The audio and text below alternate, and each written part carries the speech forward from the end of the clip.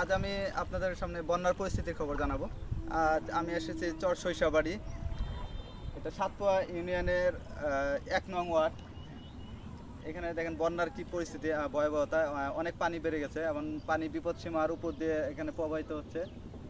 এবং মানুষের দুর্ভোগের, এখানকার বলতে গেলে মানুষের দুর্ভোগের শেষ নেই। মানুষ অনেক কষ্টে যাতায়াত এখানে করছে এবং গাড়ি চলাচল প্রায় বন্ধই হয়ে গেছে এক কথায় বলতে গেলে।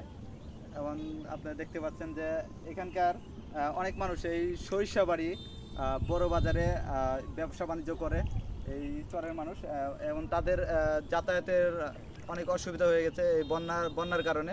তো আপনারা দেখতে পাচ্ছেন যে আরিফ, আপনি একটু দেখাবেন আরিফ, পানিগুলোর যে যে প্রভাবের যে বিষয়টা, এটা আপনি দেখাবেন।